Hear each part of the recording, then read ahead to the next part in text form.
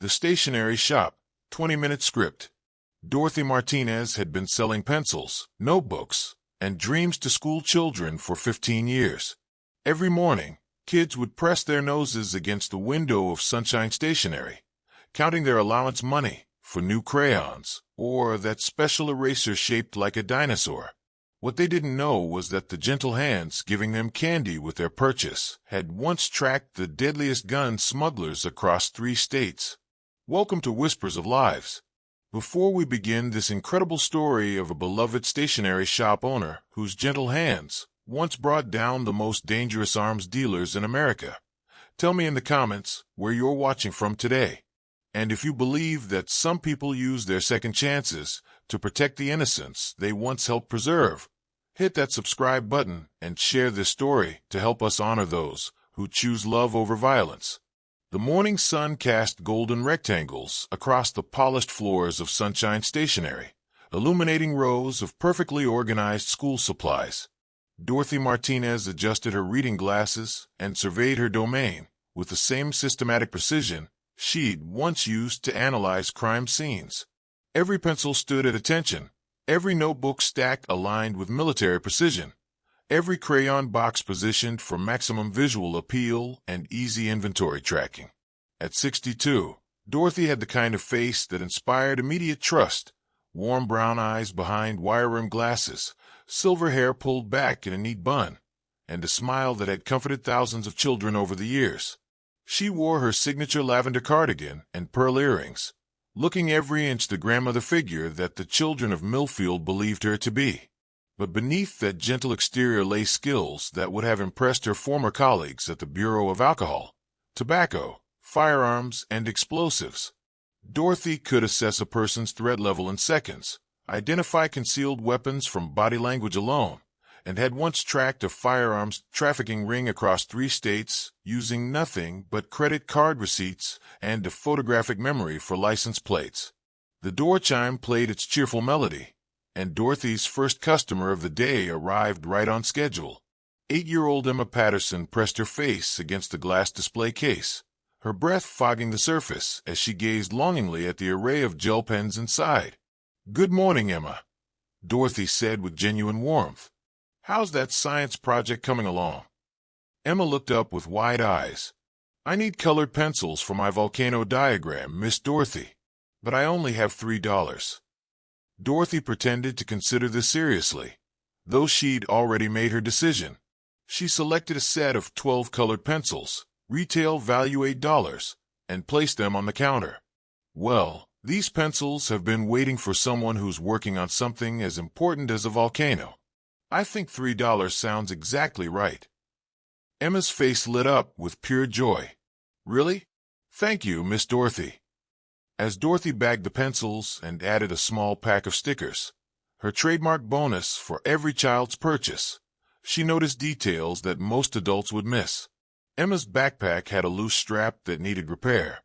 Her shoes were slightly too small, and there was a small bruise on her wrist that looked suspiciously like grip marks. Dorothy filed these observations away, just as she'd been trained to document potential indicators of abuse or neglect. "Emma," Dorothy said gently, "how are things at home, sweetheart?" The child's smile faltered just slightly. "Everything's fine, Miss Dorothy. Daddy's just been tired lately." Dorothy nodded, making a mental note to keep a closer eye on Emma's well-being. In her ATF days, she'd learned that protecting people often meant watching for signs that others missed, connecting dots that seemed unrelated, and acting on instincts that couldn't always be explained in official reports. After Emma left, Dorothy began her morning routine of restocking and organizing. Every item had its designated place, a system she developed based on theft prevention principles and crowd control psychology. High-value items near the register where she could monitor them, children's favorites at eye level to reduce climbing and potential accidents, and strategic sight lines that allowed her to observe every corner of the store simultaneously. The bell chimed again, and Detective Ray Collins entered, looking around the cheerful shop with the slightly bemused expression of someone who'd stumbled into a world far removed from his usual environment of crime scenes and interrogation rooms. "Morning, Dorothy," he said, approaching the counter with his characteristic measured gait. "My daughter needs supplies for a school project, and my wife said you'd know exactly what she needs." Dorothy smiled, already reaching for items before Collins had finished speaking. "Melissa's doing the Civil War assignment for Mrs. Henderson's class, right? Poster board markers, and she'll want the good glue sticks, not the cheap ones that don't hold properly." Collins raised an eyebrow. "How did you possibly know that?" "Mrs. Henderson orders supplies for her classes through me," Dorothy explained, gathering the items efficiently. "Plus, Melissa mentioned it when she was in here last week looking at construction paper colors. She's planning something special, mentioned wanting to make it look like aged parchment." As she rang up the purchase, Dorothy observed Collins with the same analytical eye she'd once used on suspects and informants. The detective was tired, deeper lines around his eyes than last month, slight tremor in his left hand suggesting too much caffeine and not enough sleep. His weapon sat slightly forward in its holster, indicating recent use, and there was a small tear in his shirt cuff that looked consistent with a struggle. "Busy week?" she asked conversationally. Collins sighed. "You could say that. We've got some concerning activity near the county line. Nothing confirmed yet, but the state boys are asking questions about unusual purchases, cash transactions, that sort of thing." Dorothy's training kicked in automatically. Unusual purchases and cash transactions in a small town typically meant one of three things: drug manufacturing, weapons trafficking, or money laundering. Given Collins' mention of state involvement, it was likely the second option. "Anything the community should be worried about?" she asked, her tone remaining perfectly casual, while her mind began processing threat assessments. "Probably not," Collins replied, but Dorothy caught the slight hesitation in his voice. "Just keeping our eyes open. You haven't noticed anyone unusual coming through, have you? Strangers asking odd questions, people paying for small items with large bills, that kind of thing." Dorothy shook her head, though she made a mental note to review her recent customer interactions with fresh eyes. "I'll let you know if anything seems off." After Collins left, Dorothy found herself thinking about her former life more than usual. For 12 years, she'd been Special Agent Dorothy Martinez, ATF. She'd infiltrated gun shows, traced firearms through complex networks of straw purchasers, and built cases against trafficking organizations that stretched from Mexico to Montreal. She'd testified before Congress, trained local law enforcement, and once spent 6 months undercover as a gun enthusiast to penetrate a militia group planning domestic terrorism attacks. The transition to civilian life hadn't been easy. After taking early retirement following a case that had gotten too personal, a firearms trafficking ring that had sold weapons used in a school shooting, Dorothy had needed time to remember what it felt like to live without constantly watching for threats, analyzing motives, and preparing for violence. Sunshine Stationery had been her sanctuary, a place where the worst crisis was running out of pink erasers during back-to-school season, where success was measured in children's smiles rather than conviction rates, and where she could use her observational skills to help rather than prosecute. The morning continued with its familiar rhythm. Mrs. Chen brought her twin boys into select folders for the new semester, and Dorothy helped them coordinate colors while discreetly assessing their home situation. Well-fed children, clean clothes, confident body language indicating a stable family environment. Mr. Thompson picked up an order of custom-printed flyers for the church bake sale, and Dorothy noted his improved demeanor since starting treatment for depression 6 months ago. By 11 o'clock, the back-to-school rush had begun in earnest. Dorothy moved efficiently between customers, her hands automatically reaching for the right supplies, while her eyes continuously scanned for potential problems. A group of teenagers browsed the more expensive items, and she watched for signs of shoplifting while engaging them in friendly conversation about their classes. A harried mother with 3 young children needed help organizing school supply lists, and Dorothy provided guidance while keeping watch on the children to prevent accidents. It was during this busy period that Dorothy first noticed him. The man entered alone, mid-30s, wearing a baseball cap pulled low and sunglasses despite the overcast day. He browsed casually, picking up items seemingly at random. A pack of pens here, a notebook there, but Dorothy's trained eye caught the inconsistencies. His movements were too deliberate for a casual browser. His attention focused more on store layouts and sight lines than on merchandise, and he kept checking the time despite showing no urgency to make a purchase. Most telling was his reaction when she approached to offer assistance. Instead of the typical customer response, polite acceptance or declination, he showed micro-expressions of surprise and calculation, as if he'd been caught off guard by her attention and needed a moment to formulate his response.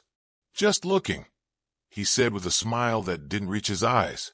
"Nice place you've got here."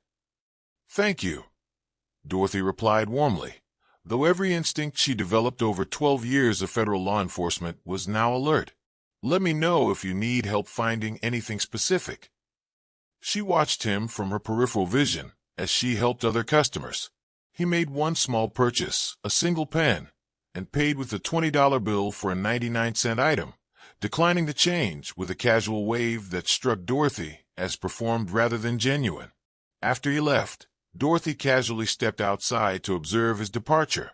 He walked to a dark sedan parked 2 blocks away, spent several minutes on a phone call, and then drove slowly past her shop twice before disappearing around the corner.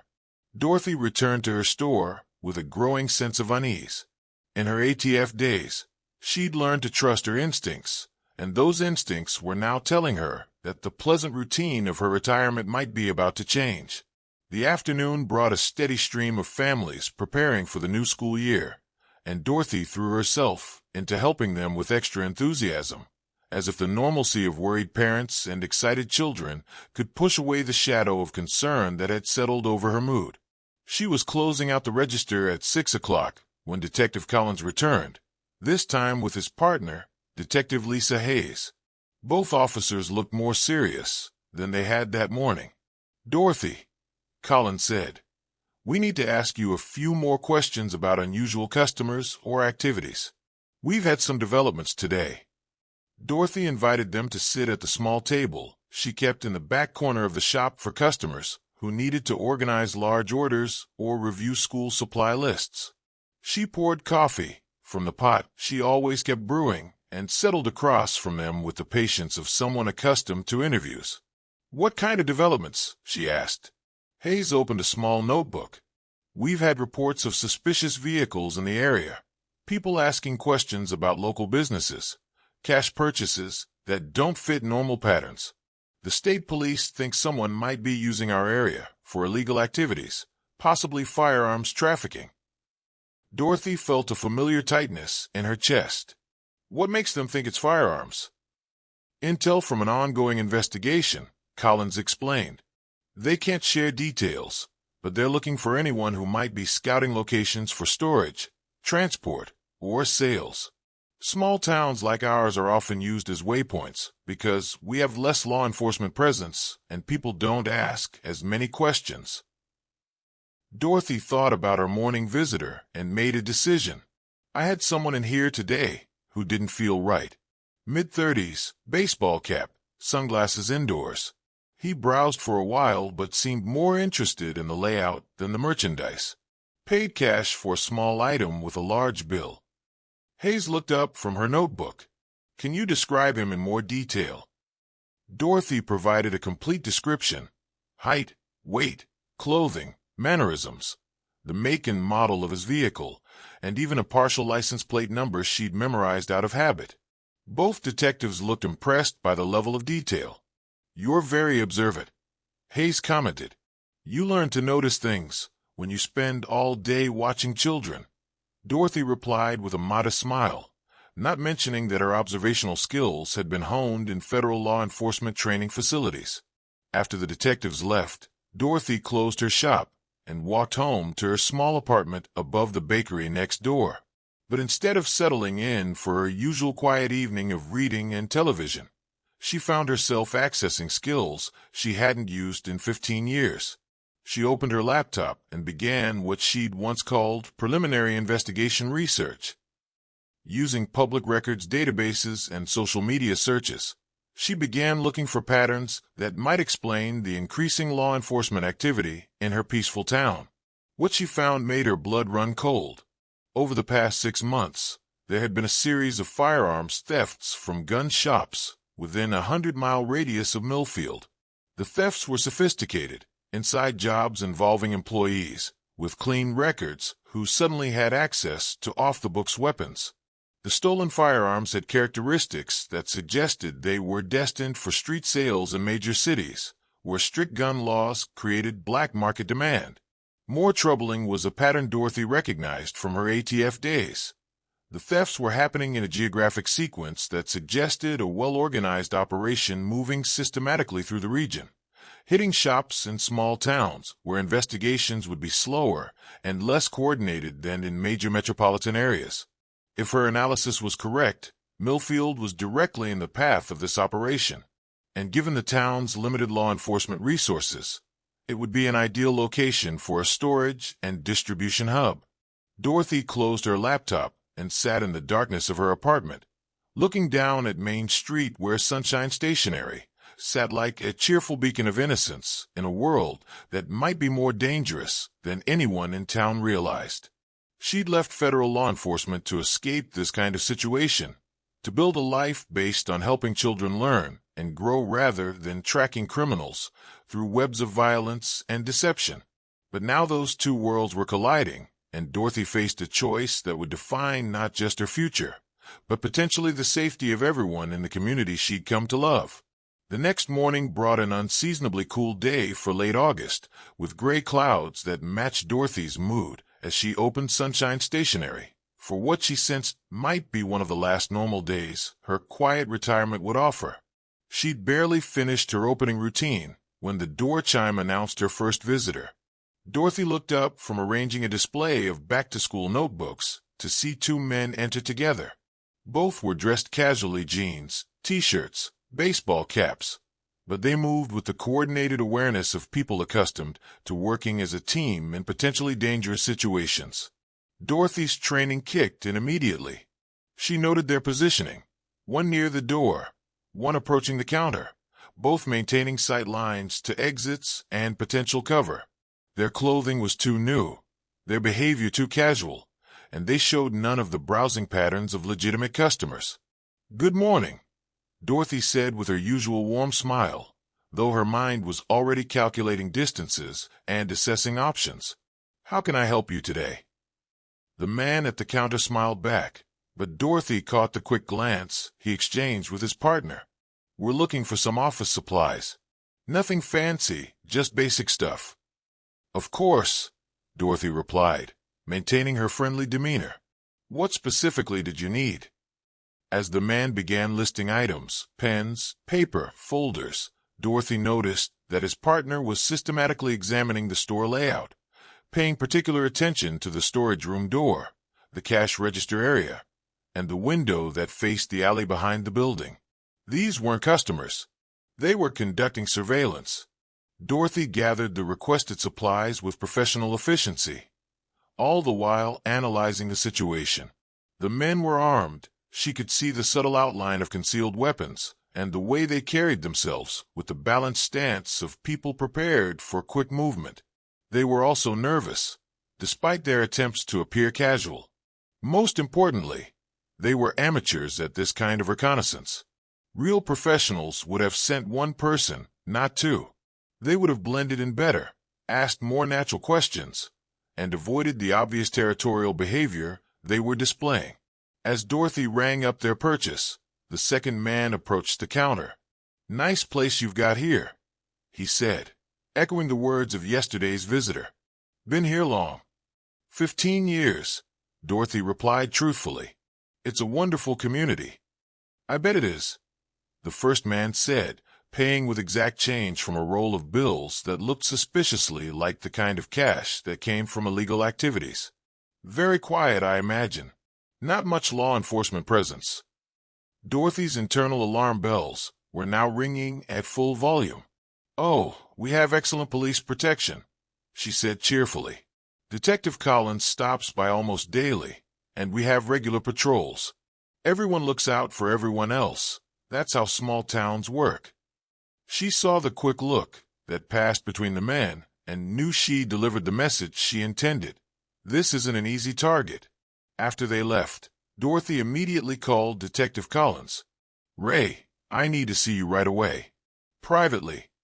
Collins arrived within 10 minutes, and Dorothy led him to her back room where they could speak without being observed from the street. "Those men who were just here," she began. "They weren't customers. They were conducting surveillance on my shop, possibly for criminal purposes." Collins looked skeptical. "Dorothy, I know you're concerned about what we discussed yesterday, but sometimes people just browse without buying much." Dorothy took a deep breath. It was time to reveal more about her background than she'd ever intended. "Ray, I need to tell you something about my past. Before I opened this shop, I worked for 12 years as a federal agent with the ATF. I specialized in firearms trafficking investigations, and I know surveillance when I see it." Collins stared at her in shock. "You were ATF?" "Special Agent Dorothy Martinez, badge number 4427, retired 15 years ago," Dorothy confirmed. "I came here to get away from that life, but it looks like that life might be finding me." She quickly briefed Collins on her analysis of the regional theft pattern and her observations about the recent unusual visitors. Collins listened with growing concern, occasionally asking questions that revealed his respect for her professional expertise. "What do you think they're planning?" he asked. "Best case scenario, they're looking for a storage location for stolen firearms," Dorothy replied. "Worst case, they're planning to establish a distribution center, which would mean regular criminal traffic through your town." Collins was quiet for a moment, processing the implications. "What would you recommend?" Dorothy smiled grimly. "In my professional opinion, you need to contact the state police immediately and request assistance from ATF. This is beyond local law enforcement capabilities." "And personally?"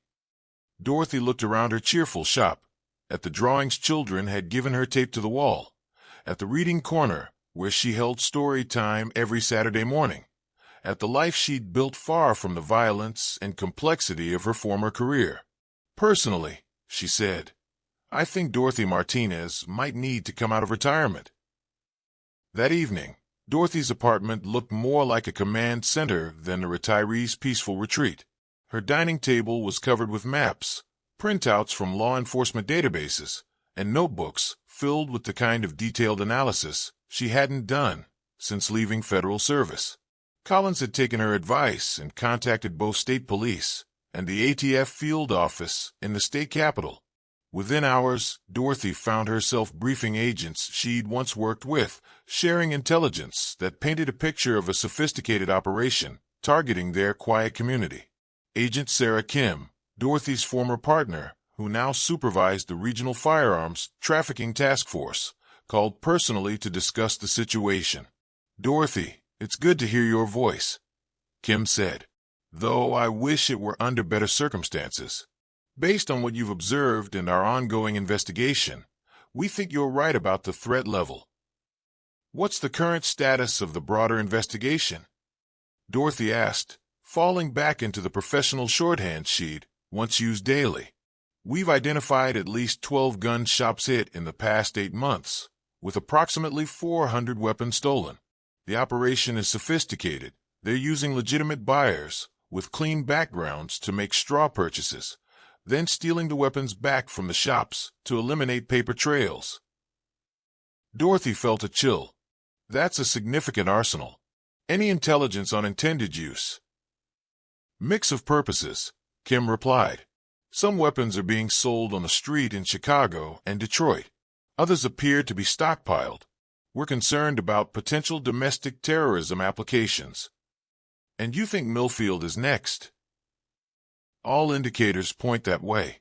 Small town, limited law enforcement, central location for distribution. Plus, we've had electronic surveillance detecting planning communications that reference your area." Dorothy made her decision. "What do you need from me?" "Honestly, your eyes and ears. You know that community better than any of us, and your location gives you a perfect observation post. We're setting up a larger operation, but it'll take time to get resources in place." After the call ended, Dorothy sat in her apartment staring down at Main Street. Tomorrow was Saturday, which meant story time at the shop, followed by the usual weekend rush of families preparing for the coming school week. Children would come and looking for last-minute supplies. Parents would ask her advice about teachers and classes, and she would continue playing the role of the kindly stationery shop owner. But now that role had become something more. Cover for an operation that might determine whether her adopted community remained the safe haven she'd found, or became another casualty in a war most people didn't even know was being fought. Dorothy Martinez had thought she'd left the world of criminals and federal investigations behind forever. As she prepared for what might be the most important surveillance assignment of her career, she realized that sometimes the skills we think we've abandoned are exactly the ones we need to protect the things we love most. Saturday morning brought the usual weekend energy to Sunshine Stationery. Dorothy opened her doors at 9 o'clock to find a small crowd of children waiting for story time, their faces pressed against the glass like eager passengers, waiting for a journey to begin. "Miss Dorothy! Miss Dorothy!" 8-year-old Marcus called out as she unlocked the door. "Are you going to read the dragon book today?" Dorothy smiled, feeling the familiar warmth that came from being surrounded by the unconditional enthusiasm of children. "We'll see, Marcus. Why don't you all find seats in the reading corner while I get everything ready?" As the children settled onto the colorful cushions she'd arranged in the back corner of the shop, Dorothy went through her morning routine with extra care. Every action now served dual purposes: the visible routine of a stationery shop owner and the invisible preparation of a federal agent maintaining surveillance. She positioned herself at the reading chair, where she had clear sight lines to both the front door and the alley window. She placed her phone within easy reach, set to speed dial both Detective Collins and Agent Kim, and in the hollowed-out dictionary she kept on the shelf behind her chair, a book the children never requested.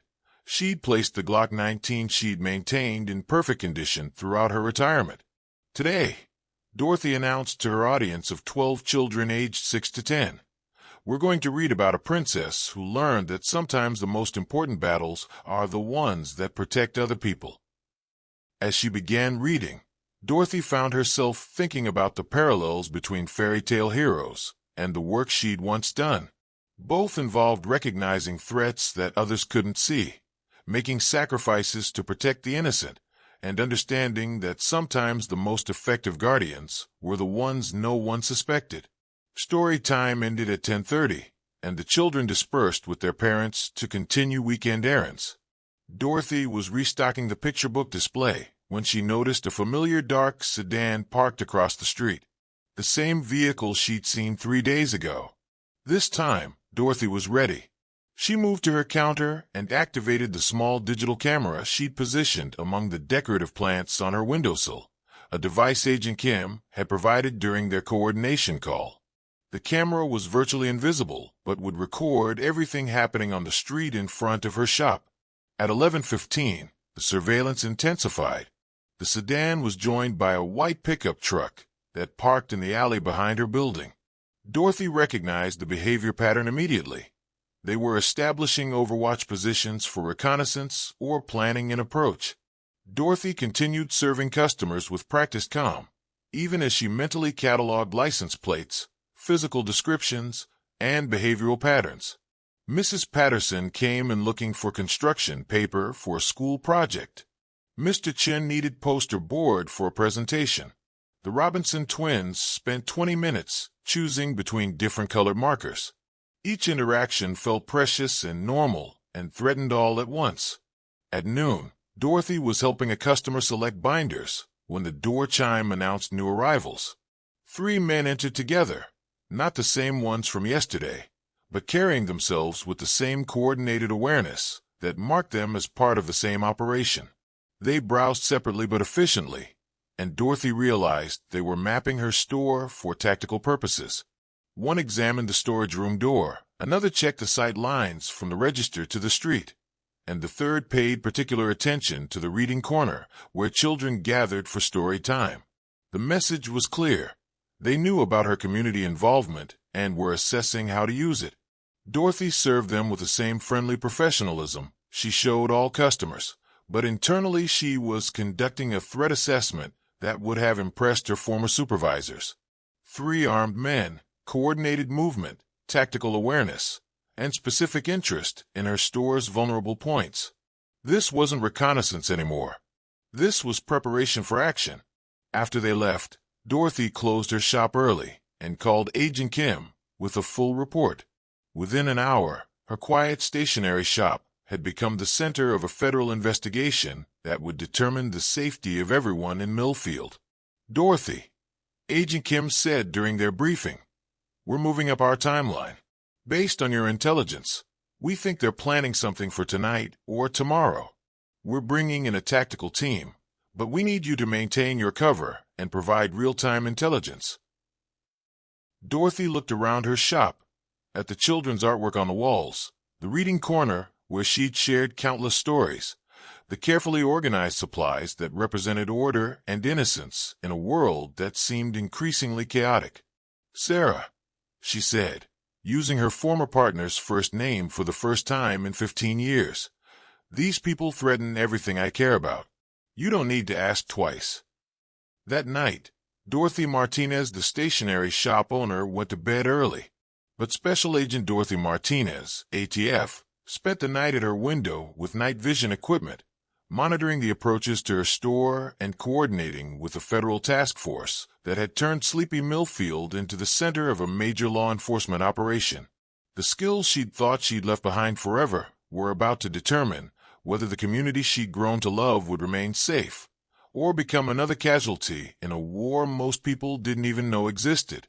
Sometimes, Dorothy reflected as she watched the darkness for signs of movement. The most important battles are fought by people no one suspects, in places no one expects, using weapons no one sees coming. And sometimes a retired federal agent disguised as a gentle grandmother is exactly what stands between innocent children and those who would harm them. The war was coming to Sunshine Stationery. Dorothy Martinez was ready.